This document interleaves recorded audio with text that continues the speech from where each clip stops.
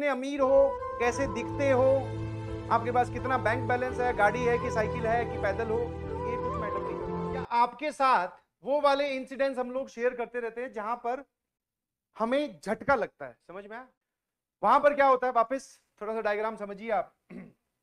हर गली नुक्कड़ चौराहे पर उस टाइम पर जो उनको बोलते थे दैट इज जूस शॉप, ठीक है। और हर एक जूस शॉप में फैसिलिटी क्या होती थी कि वहां पर टीवी लगा हुआ है, गर्मा गर्म पैटी वगैरह मिलेगी, समोसे मिलेंगे, जूस मिलेगा, कोल्ड ड्रिंक मिलेगी, आप वहां जाकर बैठ सकते हैं, ठीक है। और वहां पर क्या होता है, बस आप जाओ, 10 रुपए की पैटी आती थी उस वक्त, 10 रुपए की पैटी लो, आप बैठ जाओ और टीवी देखो, कोई दिक्कत नहीं, ठीक है। वो प्रमोट करते हैं इस चीज को, ताकि जितनी देर आप बैठे रहोगे कुछ ना कुछ खाने के लिए मांगोगे ना, शर्म करके आप आधे घंटे बाद में फिर मांगोगे कुछ ना कुछ। तो उनसे क्या है, वो जूस शॉप वालों का या दुकान वालों का धंधा बढ़िया चलता है। तो वो बच्चों से दोस्ती वोस्ती करके रखते हैं, कोई बात नहीं, इसके पैसे कल दे देना, परसों दे देना, फोन करके आज तू आया नहीं, आज वो नहीं आया, समझ में आया? तो वहां पर एक महफिल टाइप की चलती रहती है 24 घंटे, क्योंकि कुछ लोगों की सुबह क्लास होती है, कुछ लोगों की शाम को क्लास होती है। जिनकी शाम को क्लास वो सुबह बैठे रहते हैं, जिनकी सुबह क्लास वो शाम को बैठे रहते हैं। तो धीरे धीरे हमारा भी यहाँ पर जाना शुरू हुआ, मतलब हाँ, टाइम वेस्ट रोज नहीं, बट कभी कभी हो जाता था। कभी कभी कैसे, पैटी ली आपने, कोई मूवी चल रही है सामने और आपके रूम पे, और ऐसी तो कोई फैसिलिटी थी नहीं, ना ही आपके पास वो वाले मोबाइल थे उस टाइम पे, बटन वाले मोबाइल हुआ करते थे, तो आप मूवी वगैरह नहीं देख सकते हो जी। तो वहां पे कई बार मूवी चल रही होती थी, बैठ जाते थे, वहां पे 1.5 घंटा बर्बाद हो गया, तो उससे बड़ा फील होता था। नाउ एक दिन, या एक दिन नहीं, वहां पे एक रेगुलरली एक लड़का आता था जो जूस वूस पीता, आराम से बैठता भी था, और पर्टिकुलरली 15-20 मिनट वो वहां पे स्पेंड करके जाता था, दोपहर का अपना या शाम का टाइम, ठीक है। ना उस लड़के को मैं काफी दिनों से देख रहा था, बिकॉज मेरा और उसके जाने का टाइम एकदम सेम सा ही था। तो उसके पहनावे से या उसकी बॉडी लैंग्वेज से मुझे ऐसा लगा कि यार ये मतलब वो है, थोड़ा सा पढ़ाई वढ़ाई नहीं करता होगा, मैं ही पढ़ने वाला हूं, ये तो ऐसे ही होगा, ठीक है। हाँ। तो मुझे ऐसा लगा उसके पहनावे से, मतलब बोलते ना कि आप किसी दूसरे को कम नहीं समझना चाहिए, ये उस बात का बढ़िया एग्जाम्पल है। और दूसरा, आपको अपना टाइम वेस्ट नहीं करना चाहिए, वो भी उस बात का बढ़िया एग्जाम्पल है। हाँ, वो 15-20 मिनट निकालकर ब्रेक लेने जरूर आता था। 15-20 मिनट में जूस हो गया, कोल्ड ड्रिंक होगी, पैटी होगी, टीवी भी देखता था। मैं ये नहीं बोल रहा हूं कि आया खाया और भाग गया, नहीं जी, तसल्ली से अखबार वखबार भी पढ़े रहते थे, पढ़ता था, है ना। नाउ मैंने, या फिर उस लड़के को ऐसे ही एक बार हमने पार्क में संडे वाले दिन खेलते हुए भी देखा। संडे वाले दिन क्रिकेट भी चलता था वहां पे, कोई दिक्कत नहीं है, टेस्ट दे के आओ, टेस्ट देने के बाद में शाम को क्रिकेट खेलते थे।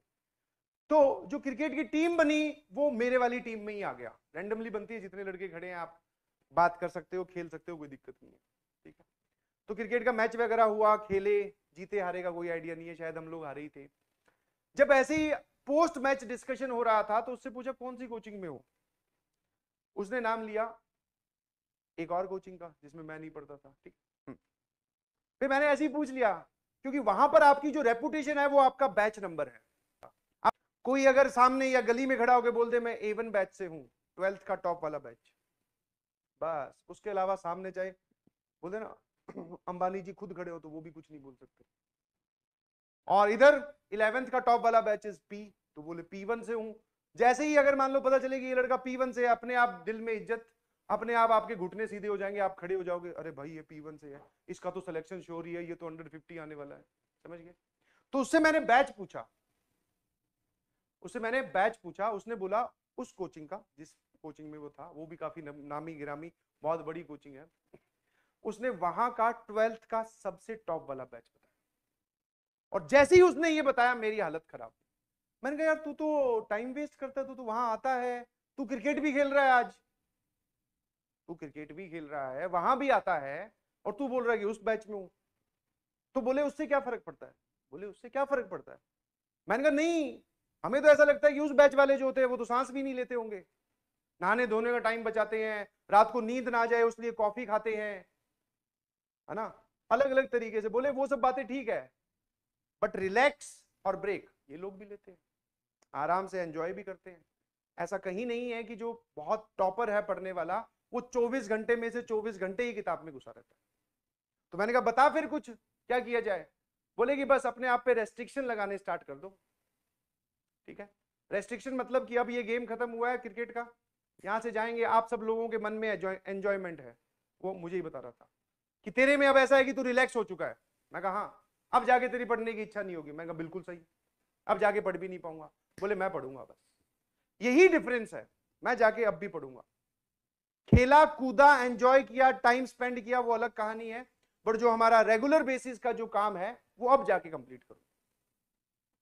कल भी तो क्लास है बोले, और हमारा मेजर काम बोले खेलना और ये एंजॉयमेंट वाला नहीं है, हमारा मेजर काम है पढ़ाई, तो उसको प्रायोरिटी पे रखना है हमेशा।